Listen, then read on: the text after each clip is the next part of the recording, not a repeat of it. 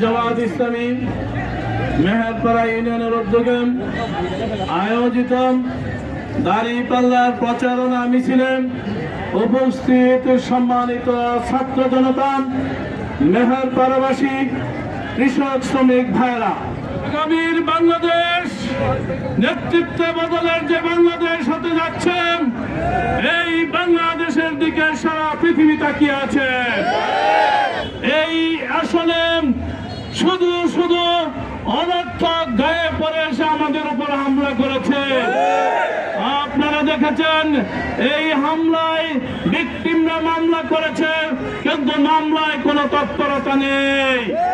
কিন্তু আমরা দুর্ভাগ্যের সাথে লক্ষ্য করেছি প্রশাসনের লোক, থানার সাব ইন্সপেক্টর একটি দলের গাড়িতে উঠে গিয়ে রাতভর মামলা লেখে ভুয়া মিথ্যা গাইবি মামলা দিয়েছে দেশপ্রেমিক নাগরিকদের বিরুদ্ধে, দাঁড়িপাল্লার সমর্থকদের বিরুদ্ধে।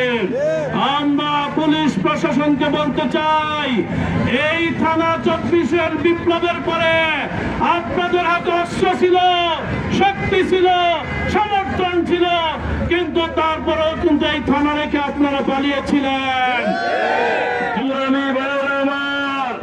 আমাদেরকে বলো আমরা নাকি ধর্মের ট্যাবলেট বিক্রি করি। যারা নতুন টুপি পরে প্রদর্শনের উদ্দেশ্যে রাস্তায় নামাজ পড়ে, তার কর্মীরা দাঁড়িয়ে দাঁড়িয়ে তামাশা দেখে, তারা